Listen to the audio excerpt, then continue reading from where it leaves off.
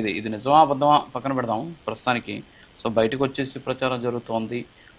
జగన్మోహన్ రెడ్డి గారిని టార్గెట్ చేయండి అని చెప్పారని చెప్పేసి. సో ఇప్పుడు అజయ్ గారు మాట్లాడారు. అరాచకమైనటువంటి పాలన ఆయనకు కూడా అర్థమైపోయింది. మరి ఆయన కట్టడి చేయాల్సినటువంటి అవసరం ఉంది. ఆయన ఆంధ్రప్రదేశ్కి అవసరం లేదు.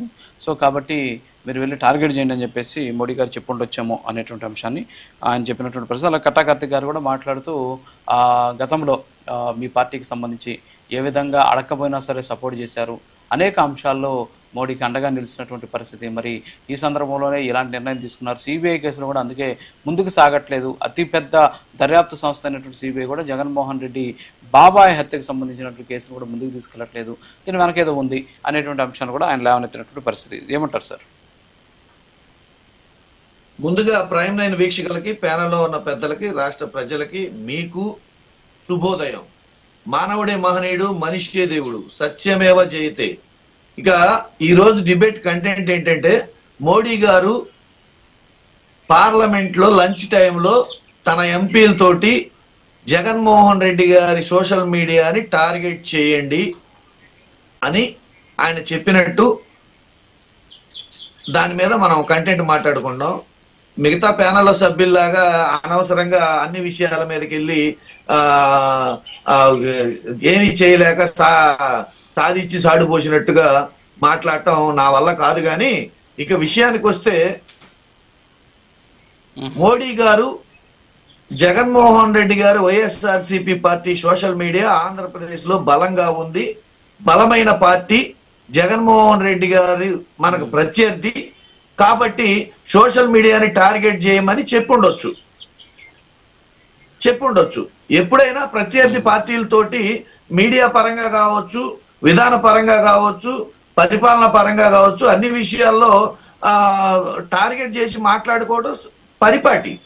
దానికి ఎందుకని మోడీ గారి లెవెల్కి వెళ్ళి మోడీ గారు అంటున్నారంటే, జగన్మోహన్ రెడ్డి గారి కంటే, జగన్మోహన్ రెడ్డి గారి సోషల్ మీడియా కంటే కూటమి ప్రభుత్వం యొక్క సోషల్ మీడియా కావచ్చు, పరిపాలనా విధానం కావచ్చు, ఆ పార్టీ యొక్క బలాబలాలు కావచ్చు, కూటమి పార్టీ యొక్క బలాబలాలు కావచ్చు, జగన్మోహన్ రెడ్డి గారి కంటే తక్కువ ఉన్నాయని వాళ్ళు గుర్తించి ఖచ్చితంగా టార్గెట్ చేసి చెప్పమని చెప్పి. ఒక జగన్మోహన్ రెడ్డి గారిని మోడీ గారు ఏముంది, గతంలో ఉన్న సోనియా గాంధీ కావచ్చు, ఇప్పుడు మోడీ కావచ్చు, కూటమి పార్టీలు అప్పుడు ఇప్పుడు దేశంలో ఉన్న అన్ని రాజకీయ పార్టీలు టార్గెట్ గానే మాట్లాడుతున్నాయి.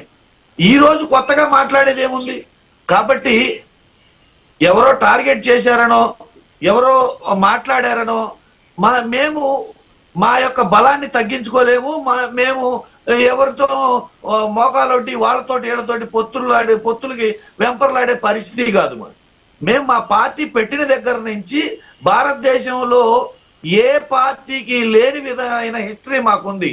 కన్సిస్టెంట్ గా సింగిల్ గా 3 సార్లు సార్వత్రిక ఎన్నికల్లో పోటీ చేసిన ఘనత భారతదేశంలో ఒక వైఎస్ఆర్సీపీ పార్టీకి మాత్రమే ఉంది. ఈవెన్ దో బీజేపీకి లేదు, ఈవెన్ దో టీడీపీకి లేదు, ఈవెన్ దో భారతదేశంలో ఏ పార్టీకి లేదు ఈ చరిత్ర. కాబట్టి అసలు భయం కానీ, భయపడాల్సిన అవసరం కానీ, ఆ రకమైన విధానం కానీ మా పార్టీకి కానీ, మా సిద్ధాంతానికి కానీ, మా కార్యకర్తలకు కానీ, మా తరపున మా సానుభూతి పరులకు కానీ లేదు. ఇక్కడ గమనించాల్సిన విషయం ఏంటంటే, అసలు విషయాన్ని పక్కదారి పట్టించి ప్యానెల్లోని సభ్యులు ఏవేవో మాట్లాడటం మొదలెట్టి మాట్లాడుతున్నారంటే అక్కడే వాళ్ళ బలహీనం అర్థమైపోతుంది. ఇప్పుడు కూటమి ప్రభుత్వం అధికారంలో ఉంది, బలమైన పార్టీగా కింద పైన డబుల్ ఇంజిన్ సర్కార్ ఉంది. ఎవరు ఏ తప్పు చేసినా చర్యలు తీసుకునే అధికారం, అవకాశం వాళ్ళకుంది.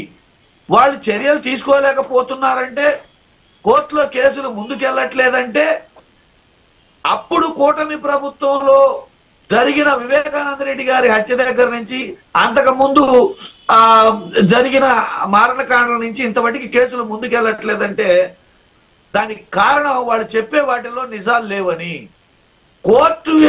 కోర్టులు చెప్పే మాటలను కూడా, కోర్టులు ఇచ్చిన వెసులుబాటులను కూడా, కోర్టులు ఇచ్చిన స్టేట్మెంట్లను కూడా వీళ్ళు తప్పుపట్టే పరిస్థితికి వస్తున్నారంటే వీళ్ళ ఆరోపణలో బలం ఎంత ఉందో అర్థమవుతుంది.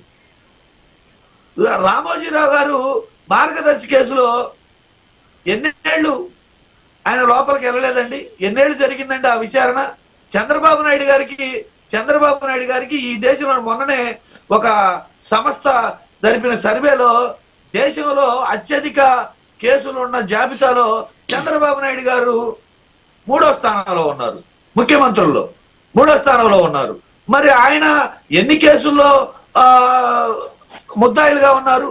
అంటే ఒక రాజకీయ పరంగా ఆరోపించి కేసులు పెట్టేస్తే వాళ్ళు దోషులుగా నిర్ధారించే పరిస్థితిలో వీళ్ళు ఉన్నారంటే అసలు వీళ్ళకి అసలు జ్ఞానం ఎంత ఉందో, న్యాయ వ్యవస్థలో వీళ్ళకి పట్టు ఎంత ఉందో, ఎవరిని దోషులుగా తేల్చాలో ఎవరిని దోషులుగా తేల్చకూడదో కోర్టుల కంటే ముందే వీళ్ళే చెప్పే పరిస్థితిలో ఉన్నారంటే వీళ్ళ భయము, వీళ్ళ తత్తరపాటు, ఎన్నికలు కాలం గడిచే కొద్దీ, ఎన్నికల దగ్గరకు వస్తున్న కొద్దీ వీళ్ళు పసలేని ఆరోపణలు చేసి ఏదో వైఎస్ఆర్సీపీ పార్టీని, జగన్మోహన్ రెడ్డి గారిని హ్యూమిలేట్ చేస్తే, అబాస్పాలు చేస్తే, ఆరోపణలు చేస్తే వాళ్ళకి ఏదో మేలు జరుగుతుంది అనుకుంటున్నారు.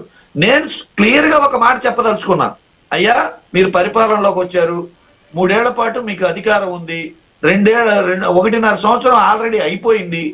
మీరు ఇప్పటి వరకు మీరేం చేశారో చెప్పుకోండి, భవిష్యత్తులో ఏం చేస్తారో చెప్పుకోండి, ప్రజలకి ఏ రకమైన మేలు చేస్తారో చెప్పుకోండి.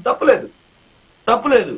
అంతేగాని గత ప్రభుత్వం గురించి, అంతకుముందు ప్రభుత్వం గురించి ఇప్పటికీ మననం చేసుకుంటున్నారు అంటే మీ భయం తేట తెల్లమవుతుంది.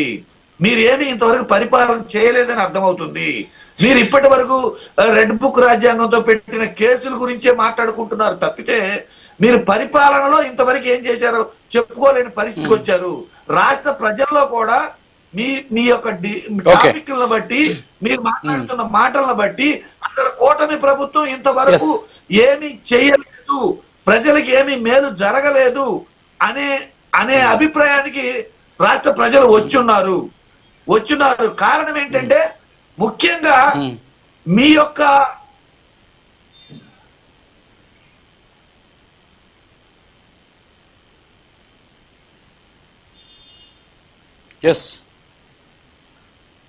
ఓకే సార్, ఓకే, ఒక్క నిమిషం మళ్ళీ వస్తాను మీ దగ్గరికి.